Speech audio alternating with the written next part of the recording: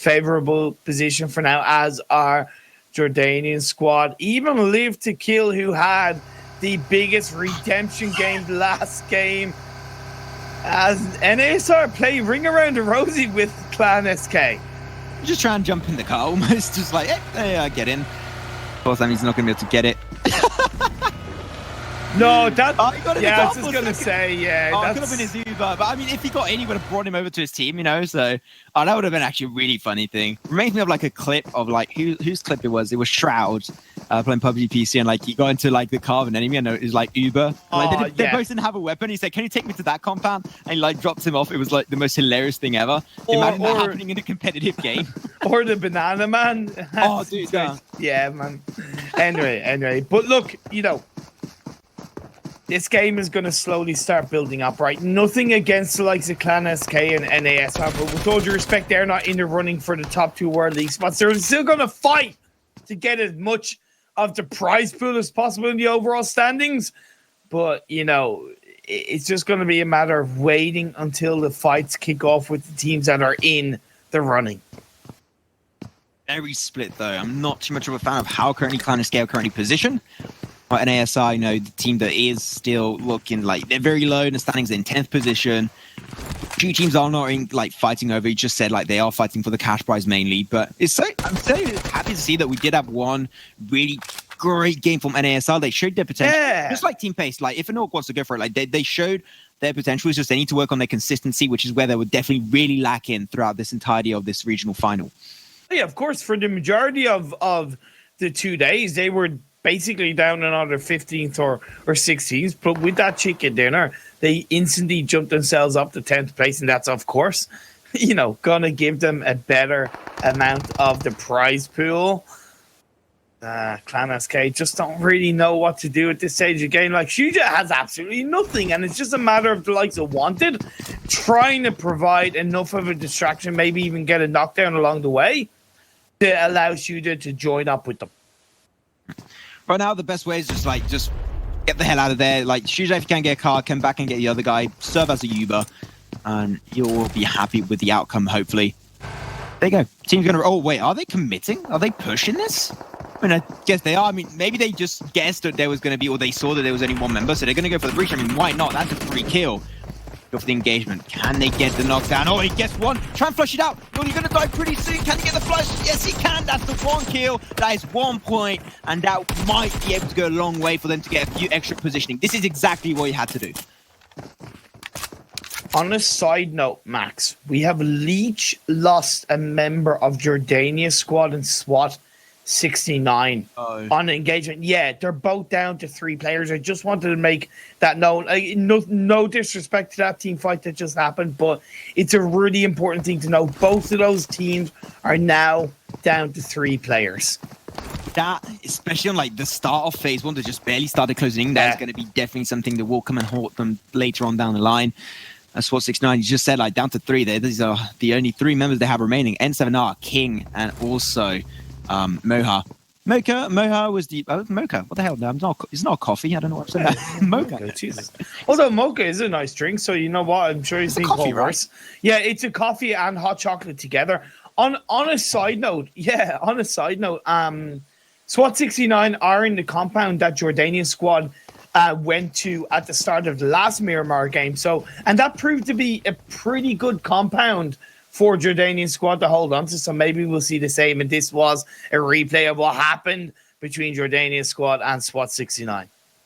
Yeah, of course, they had a lot of a nice engagement there coming out. But SWAT 69, they're going to have to now make up for that man disadvantage. They got the position you said it was taken over by Jordanian squad. It's very central compared to the circle. So pretty sure for the next, 1 to 2 phase, they won't have to move too heavily. While Team Pace, I'm hoping they're not going to do the same mistake as they did on that ERANGEL game 2 games ago, because they just shifted too close to a compound and got absolutely destroyed. So I hope they will be able to avoid that while they get another member of Clan SK. And ASR just again kill after kill, and that means the Clan SK down to 1. Yeah, that's going to be Sword. Yeah, and he's just going to look to make his way across the military base into the mainland. Now, headquarters, they are in the compound just to the south of Gaka. Nice position, plenty of space, because we are seeing teams be a little bit slower on the rotations in the last game of the day, especially the teams that, of course, are in the running to get into the top 2 World League spots. Like Yala, they're not, they're still playing it safe. They're not banking on kind of their position being secured in the World League. And also, I think they're also trying to play it safe in the hopes of getting first place overall in these regionals. How did that happen? I don't know, but interesting. Hopefully no teams will be able to prey on that. MTB going for their rotation out. Again, praying down, of course, I need your scope and your spray will be a lot more consistent. Can they hit their shots? Not quite. They get 1 bullet down on Bogasm, but it will not result in anything extra being overtaken. And that will mean that 962 squad still able to hold on to the edge of Everest. And if they go up there now, this would be as valuable as it was for Team Frag when they aim for that position early on. Definitely. On a side note, Bogasm is probably one of the best IGNs I've ever come across. Hadn't mentioned that up until this point, but it is absolutely fantastic. Why do you like what it is much? Also absolutely not fantastic? That's Frag losing a player, getting knocked down early on, but they will get the revive. It is up in North George, where we also have Hello Bioban as well, and Clan SK do get eliminated in 16th. Pace. Oh, they did the exact same rotation almost like from the other side, but at least they do somewhat a little bit safer, and they have like at least a game plan here. But that is still really risky, and Asko, that nade might actually messing up heavily across the road. He's going to move back. That could actually been a knockdown on Asko if he didn't move, but I'm surprised they're doing almost the exact same thing, but this time they actually seem really offensive on actually trying to overtake the compound of SWAT 69. Tell you what, and SWAT 69 will have to hold on to this so much, because if they get taken out early on, that's going to be the end of their chances of making it through into one of the 2 World League spots. Right now, they do find themselves in 5th place overall. They are 12 points behind headquarters. Oh, there you go. They're going for the engage, breaching the top of Muha on that building first, but Muha is defending it like an absolute champ, I have to say. There you go. They get the knockdown. They take him out. Pace trying to do their best. Unfortunately, lost one member. They're going to have to make up for that, but some nades are getting cooked up by Pace. They want to overtake it. That looks like a good bouncy boy. And Moore is going to be knocked away. And because he was alone in that building, that should be an easy flush out. You know the res will not be coming on through. SWAT 69 now taking this one 2-3. While Roxon still on the other side of the road, trying to give some long distance assist to Osama and Asko. Yeah, and I kind of get why King and then R7 didn't disengage away from the house. As King gets a fantastic grenade on the Asco, puts you with the fact that they know that Roxon is down that dip. They can't really move away. They can move away from the side of the house and move across, but it's still not going to be easy. They're playing it safe. They know the chances of a World League spot is definitely getting thinner and thinner the more they lose players in this game, Max. Oh my god, things are starting to get started off and heated up. Roxon, really, that is a big boy flank. He's going really the opposite side, trying to corner them up. I'm potentially even though get close to the building and actually take them out from like one of the back windows. That could be great. But now what we want to see is like if there's some utility that comes out, if all SWAT 69 all Pace over to get one knockdown with a nade or some kind of utility, they got to instantly try and converge that into a fight and commit heavily. Because SWAT 69 right now, they cannot take this fight too easily. They got to get the knockdowns, then commit. Like, what's going to be best for SWAT 69 is one's upstairs, one's downstairs. So if a grenade gets thrown out, they're not really affected, or only one player is affected along the way. They cannot be on the same floor at the same time. Now, as Pace are throwing out those grenades, pushing SWAT 69 back, you're going to see Roxon try and go for a Kobe of the century. But I think that's too far away, to be perfectly honest. It does blow up the door. That's going to expose SWAT 69 even more.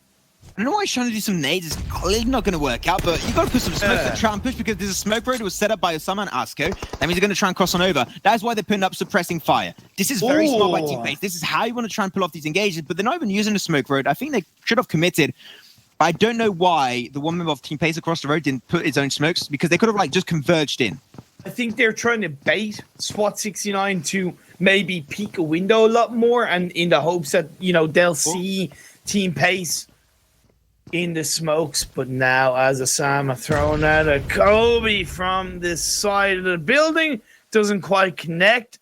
that is going to alert SWAT 69 of somebody being on the side of the building as King is going to throw. Oh, that's going to be a molly by Osama. Nearly connects onto King.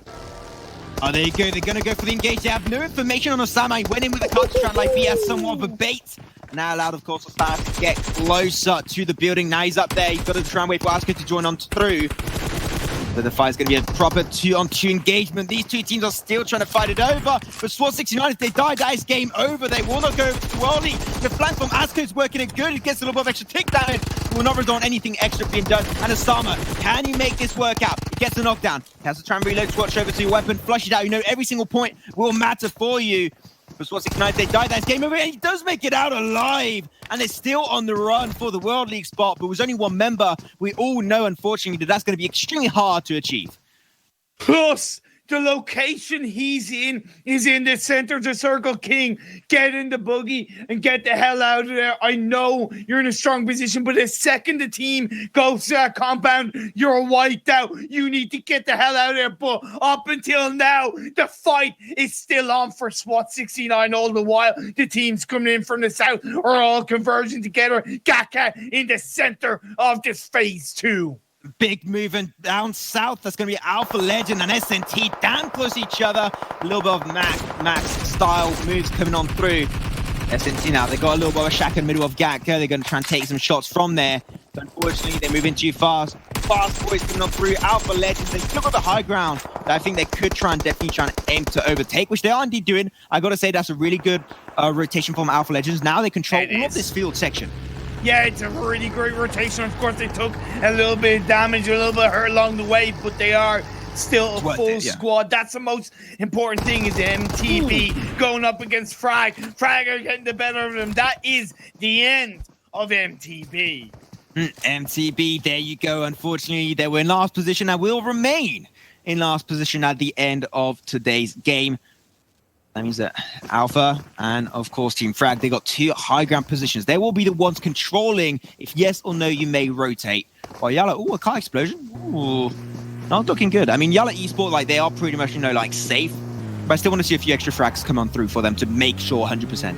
On a side note, King has not left the compound that he's in, so he's committing to this position. What I do like is that he is not letting go in terms of he's trying to push teams back and make it sound as if there's more than one player in that compound. Because yes, we have the hindsight of knowing that there's only one player in the compound, but you got to think pretty much nobody else knows that there's only one player in there.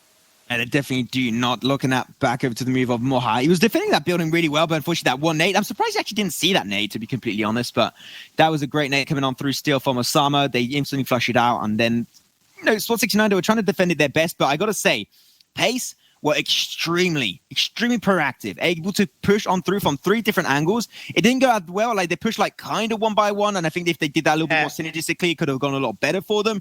But it's good for SWAT 69 because they're the only team in this fight that's actually having somewhat of a slim chance of going over to the World League. And you said that was one of the weaknesses of Pace as well, their synergy in the final moments, and it was unfortunate. You got to think even if Roxon had to cross the road with that boogie, that would have paid off even more for Team Pace in the end. But now as Yala is going to be on top of Everest, trying to look to take down the players of Hello Buyman, Yala are trying to fight for not only the World League spot, but they are also looking to try and secure the #1 spot in these MENA regionals as Phase 3 has shifted down to the southeast. Oh my god, very familiar indeed. We already played around this area once before, and that was the last ERANGEL game. It was taken over by Headquarters. It was a nice one-man arm move.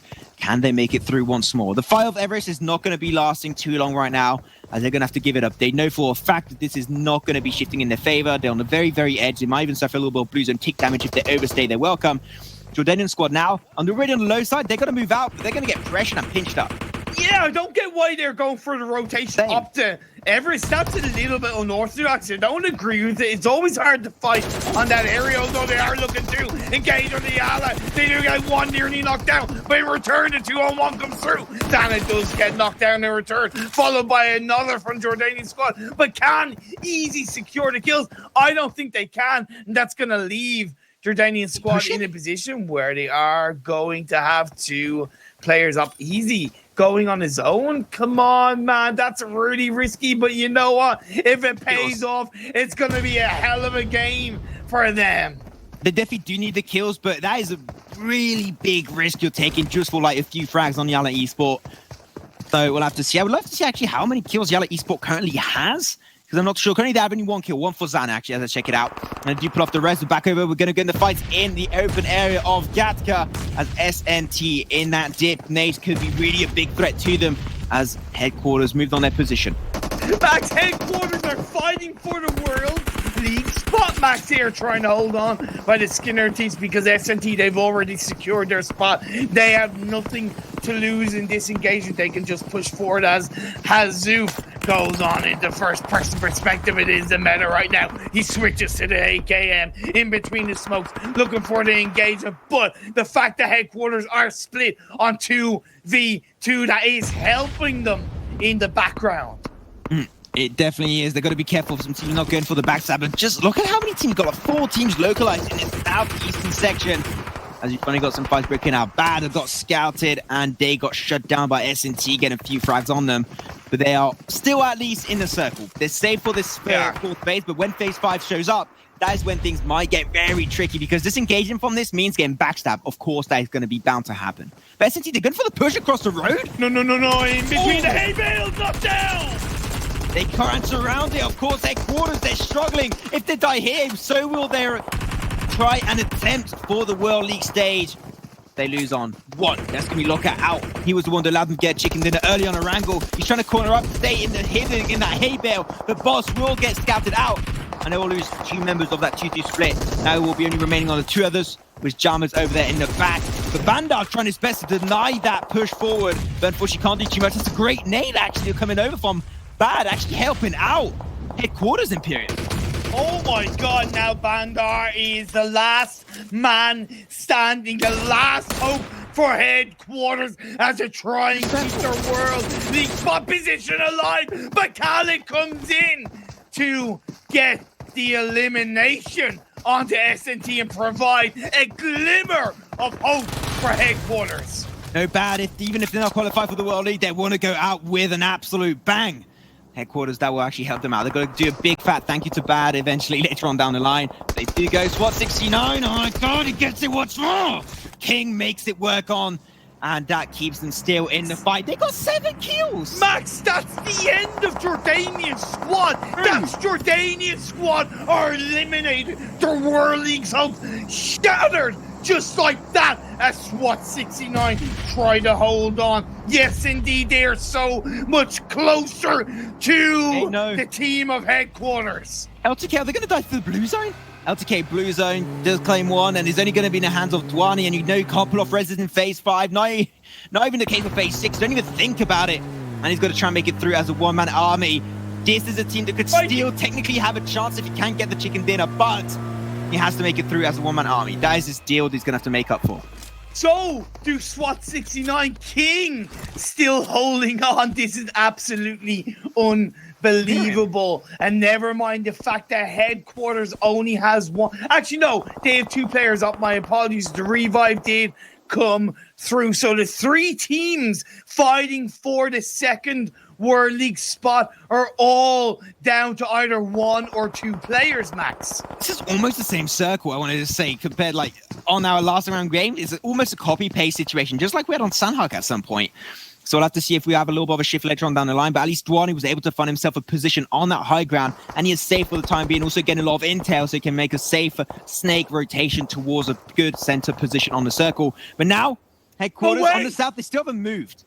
SWAT 69 have been eliminated. King goes down. That's him out of it. And I don't think that's enough because Headquarters are still in this game. They still have 2 players up, and Live to Kill have been eliminated. That's SWAT out. That's Live to Kill out. In my opinion, Max, this is our 2 spots secured by Yalla and Headquarters. And I know if they are looking in the kill feed, but I don't think they will be fully aware. Headquarters can breathe a sigh of relief. Yeah, it's 100% confirmed. If you move the team to fight for the spots, they are out for the count. So, gotta say a quick congratulations to Yala and headquarters, but let's focus back onto the game. Well, congratulations to them even more after this last 12th game on ERANGEL. Now the teams are going to be trying to make their way through the circle, which is actually towards the compound, held so far by Team Fate. Can they finally have a little bit of glimmer of hope to try and get that one chicken dinner they've been hoping for so goddamn long? Frag pulling off the res, and will try and make their way through, but unfortunately with no cast to do it, they're going to have to snake their way to the great position. Alpha Legends had now gone out in 8th place, Maxman. That means that Yala Esports have a chance of overtaking 1st place. Oh my god, things are going so bad right now. Live to kill isn't enough to eliminate them once. They got eliminated twice right there. All right. Bad. They got to do a rotation. Nexo is going to try and best take the car. Same for Zia. Those are pretty risky, but because you've got so many members, you can afford to lose one or potentially even two, as long as you're able to get themselves in position and trade it off accordingly. And they're going to go straight for the compound of Fate, but they're sending them one by one. Nectar was flushed out first, and now they're going to be jumping out. They want to take him down. Bad. Can they fold onto this compound? How will that breach actually be? Fate, they lose an extra one. If I'm not mistaken, that's Fate down to only one. And Bad able to successfully enough take over this compound of Fate. Really aggressive push by Bad and successfully executed as they hold on to the southern echelons of the circle. All the while, Yala Esports up in the north. The road is in front of them. It's going to get incredibly tough if Phase 7 shifts down to the southwest. But have they done enough to push themselves up into the 1st place overall? Frag are still in this game as well. All the while, 963 are still holding on. Yala Esports being qualified is not quite enough for them. They want to be in #1 position. They want the World League spot and the $15,000. And know what? They're off to a great start. 963 squad going to be suffering a few extra casualties along the way, leaving now Lorne and Hamza remaining. But they're going to have to make it through. They still have to cross the road depending on where the circle does shift next time around. But Hamza actually has a really good position to actually deny Yala Esports repositioning towards the next circle. I just don't think he saw it in time. It was just that slight little bit of hesitation as Fate Esports have been eliminated. We are down to the top 5 teams with 10 players alive. That's an average of 2 players per team, but we know that is not the case because Yala Esports have, I think, 3 players up, as the likes of Frags only have 1 player up. And the Yala are down to 2. It's Zana and Anas remaining. Gonna have to make it through. Smoke Rose gonna be trying to help them out on their rotation, but that means also 963 squad. They have no information. They can't connect the shot or at least flush them out instantly. But next circle, where's Phase 7 gonna take us as headquarters? They get eliminated, but we already knew that they were gonna make it through. The game stuff out in such a late stage. I gotta say, congratulations. They pulled it off. And they will be going to the next phase. Max Frag have also been eliminated. That means that Yala Esports don't really have to worry so much about Frag from behind. They can focus on getting as many points as they can, but they're only on 2 kill points, but they are in the top 3. That's going to be instantly at least 12 points. And if they get those 12 points, that will, of course, push them up into the top spot as 963 going for their chicken dinner.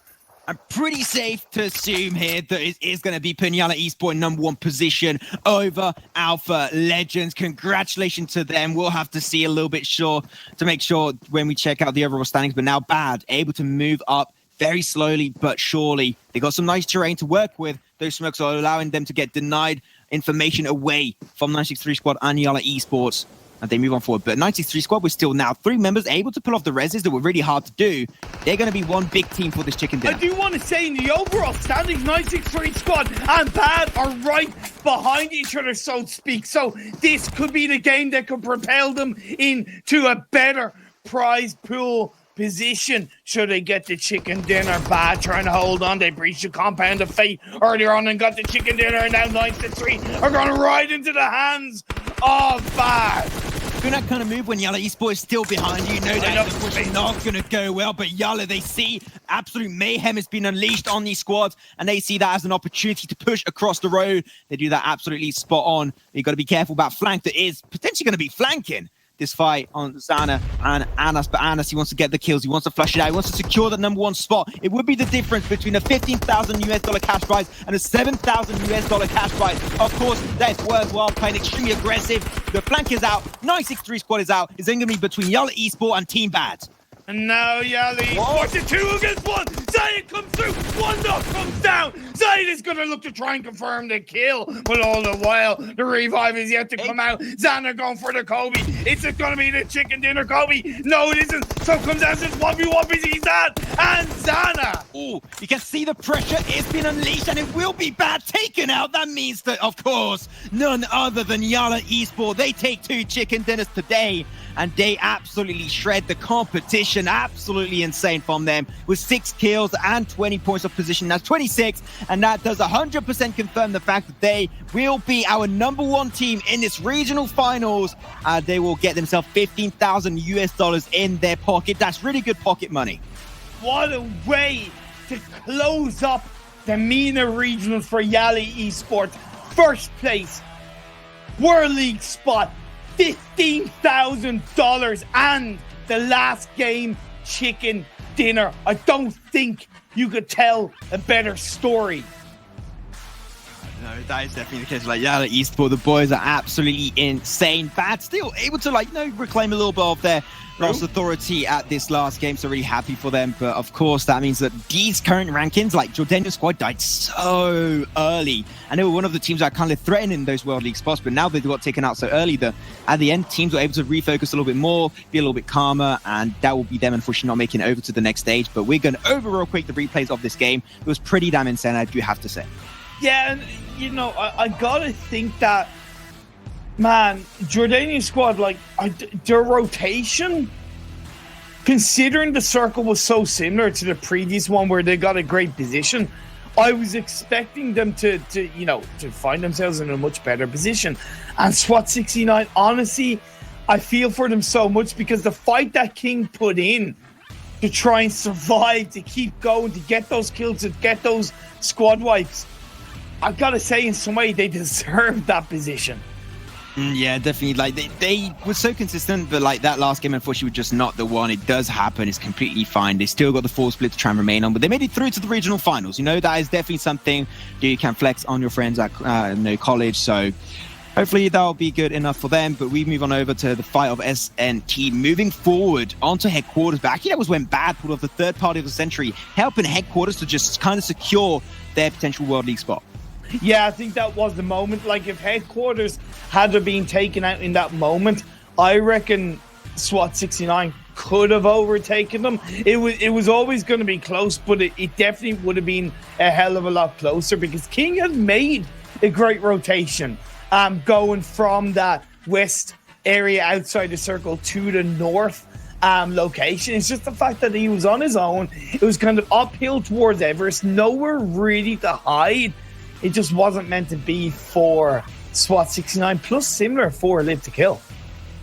It's still sad, like Live to Kill, they still had such a nice attempt. They gave it their best shot and they made it pretty high overall in the standing. Still, the cash prize has been increased pretty heavily because of that chicken dinner earlier on Miramar.